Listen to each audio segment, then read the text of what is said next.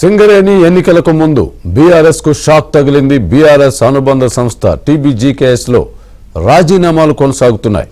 TBGKS అధ్యక్షుడు వెంకట్రావు, ప్రధాన కార్యదర్శి మిర్యాల రాజారెడ్డి తమ రాజీనామాను కవితకు పంపారు.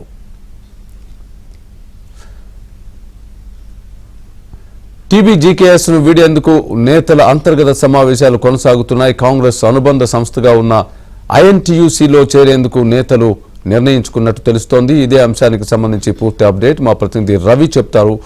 రవి, చెప్పండి, టీబీజీకేఎస్ లో ముసలం పుట్టినట్టుగా మనం చూస్తున్నాం. Breaking news. ఏ విధంగా ఉండబోతోంది సింగరేణి ఎన్నికలు ముందు సింగరేణి ఎన్నికల్లో? స్వామి, సింగరేణి గుర్తింపు కార్మిక సంఘం ఎన్నికల్లో పోటీ చేయకూడదని బీఆర్ఎస్ పార్టీ పెద్దల నిర్ణయంతో తెలంగాణ బొగ్గుగని కార్మిక సంఘంలో తీవ్ర అలజడి నెలకొంది.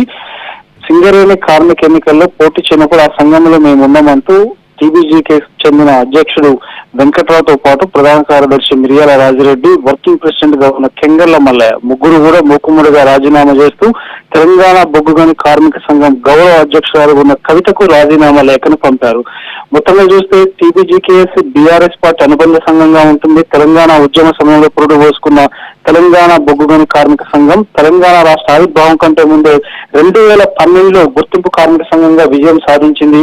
అదేవిధంగా తెలంగాణ రాష్ట్ర ఆవిర్భావం తర్వాత కేసీఆర్ పాలనలో 2017లో ఎలక్షన్లలో కూడా టీబీజీకేఎస్ గుర్తింపు కార్మిక సంఘంగా నమోదైంది. అంటే గత 6 సంవత్సరాల క్రితం జరిగిన ఎన్నికల్లో 23,000 మంది కార్మికులు ఓట్లు వేశారు.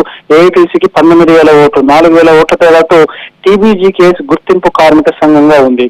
గత 20 రోజుల క్రితం తెలంగాణ అసెంబ్లీ ఎన్నికల్లో బీఆర్ఎస్ ఓటమితో ఇప్పుడు ఉన్న సింగరేణి ఎన్నికల్లో ఏ విధంగా ఫేస్ చేయాలి, అధికారం లేకపోవడం, గతంలో ఇచ్చిన వాగ్దానాలు అమలు చేయకపోవడంతో ఆ సంఘానికి గౌరవ అధ్యక్షురాలుగా కేసీఆర్ కుమార్తె కవిత ఉండడంతో ఏ విధంగా ఈ ఎలక్షన్ ఫేస్ చేయాలి, ఎలక్షన్ ఫేస్ చేయొద్దు, ఎలక్షన్ లో పోటీ చేయొద్దు అంటూ మౌఖికంగా వాళ్ళకి చెప్పడంతో ఈ రోజు తెలంగాణ బొగ్గుగని కార్మిక సంఘం మూకుమ్మడిగా అధ్యక్షుడు, ప్రధాన కార్యదర్శి, వర్కింగ్ ప్రెసిడెంట్ ముగ్గురు కీలకమైన వాళ్ళు కూడా రాజీనామా చేయడం అనేది పెద్ద ఎదురు దెబ్బగా చెప్పవచ్చు.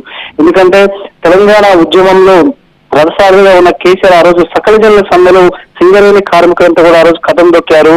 ముఖ్యమంత్రిగా 9 ఏళ్ళు 2 టర్ముల ముఖ్యమంత్రిగా ఉన్న కేసీఆర్ ఈ రోజు బీఆర్ఎస్ పార్టీకి అనుబంధంగా ఉన్న ఒక బొగ్గుగని కార్మిక సంఘం ఈ రోజు మూకుమ్మడిగా రాజీనామా చేసిందంటే బీఆర్ఎస్ పార్టీ భవిష్యత్తు ఏ విధంగా ఉంటుందో కూడా మనకి ఎన్నికలను బట్టి అర్థం చేసుకోవచ్చు. Swamy, right, thanks for the update Ravi.